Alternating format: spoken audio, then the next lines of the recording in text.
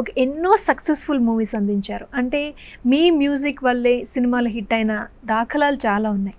ఇలాంటి నేపథ్యంలో మీకు కొంచెం గ్యాప్ వచ్చింది. మరి ఎందుకు వచ్చిందంటారు ఆ గ్యాప్?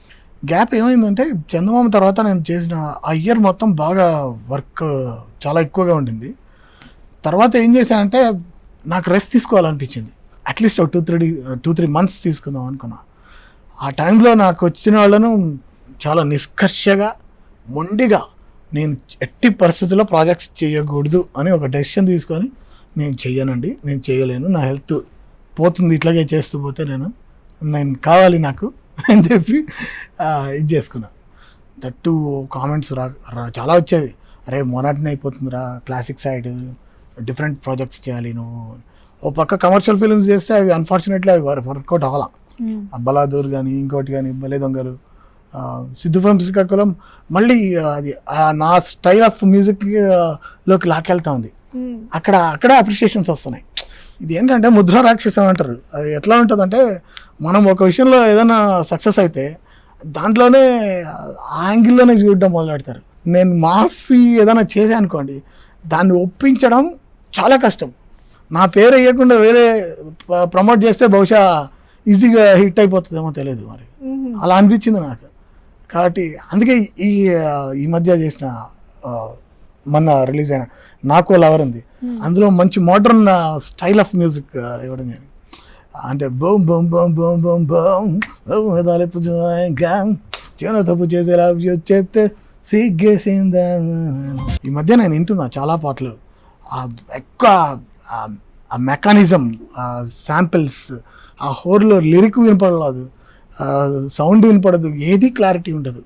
ఒక్క పాట గుర్తులేదు ఈ మధ్యకాలంలో. అదేంటో నేను చాలా ప్యానల్స్లో చేశాను, ఇంకోటి నంది కమిటీలో కావచ్చు, ఇంకో మిర్చి ప్యానల్లో కానీ, వీటిలో ఉన్న పాటలు వింటుంటే తృప్తి లేదు, ఏమీ లేదు.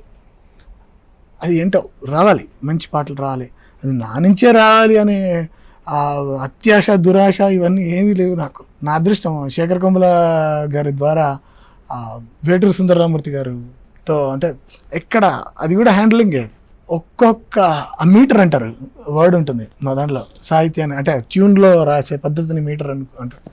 దాంట్లో ఇమిడిపోయేలా, అంటే స్వరాలకు ఇమిడిపోయేలా అద్భుతంగా ఫిట్ చేసేవారు ఆయన వేటూరు గారు.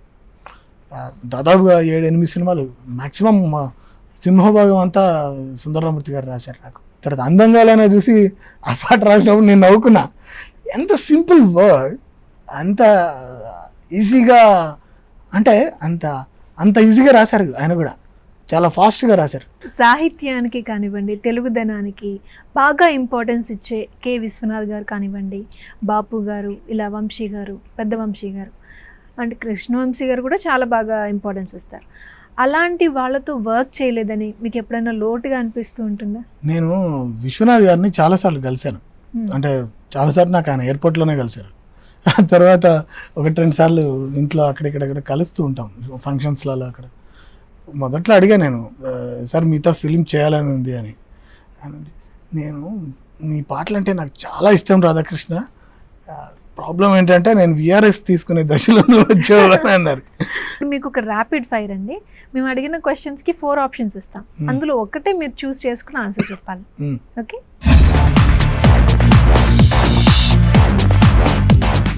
మీరు సంగీతం అందించిన చిత్రాల్లో మీకు బాగా నచ్చినది? ఆనంద్, గోదావరి, చందమామ, కాంచన్మాల, కేబుల్ టీవీ. గోదావరి. మీకు ఎందుకు గోదావరి బాగా నచ్చింది? గోదావరి ఎందుకు బాగా నచ్చిందంటే అందులో చాలా సున్నితమైన విషయాలు చాలా ఉన్నాయి గోదావరిలో. చందమామ కూడా వర్కౌట్ అవుతుంది, బట్ అది కమర్షియల్ ఫిలిం. మీ డైరెక్టర్స్లో మీకు బాగా కంఫర్ట్గా అనిపించిన వారెవరు? శేఖర్ కమ్ముల, కృష్ణవంశీ, ఇంద్రగంటి మోహన్ కృష్ణ, ఈశ్వర్ రెడ్డి. అందరూ కంఫర్టే, కొంచెం ఎక్కువ కొంచెం తక్కువ అలా చెప్పడం సాధ్యం కాదు యాక్చువల్గా. మీకు బాగా నచ్చిన సంగీత దర్శకులు ఎవరు? కేవి మహాదేవన్, చక్రవర్తి, ఇళయరాజా, ఏఆర్ రెహమాన్. కేవి మహాదేవన్, డౌటే లేదు. మీరు కంపోజ్ చేసిన పాటలలో మీ మనసుకు దగ్గరైన పాట? యమునా తీరం సంధ్యారాగం అదొకటి, ఉప్పొంగెలే గోదావరి, లేకపోతే నాలో ఊహలకు నాలో, అది తెల్లవారు పోనీకు ఈరేయిని చేజార నీకు ఆ సాంగ్. ఈ 4 సాంగ్స్లో మీకు బాగా మనసుకు దగ్గరైన సాంగ్? మనసుకు దగ్గరైన సాంగ్ అంటే యమునా తీరం సంధ్యారాగమే. అలనాటి గాయనిమణుల్లో మీకు ఎవరి పాటలంటే ఇష్టం? పి లీలా గారు, జిక్కి, సుశీలమ్మ గారు, జానకమ్మ గారు. ఇది కూడా టఫ్ క్వశ్చన్. సుశీలమ్మ చాలా స్వీట్ వాయిస్, ఇప్పటికీ కూడా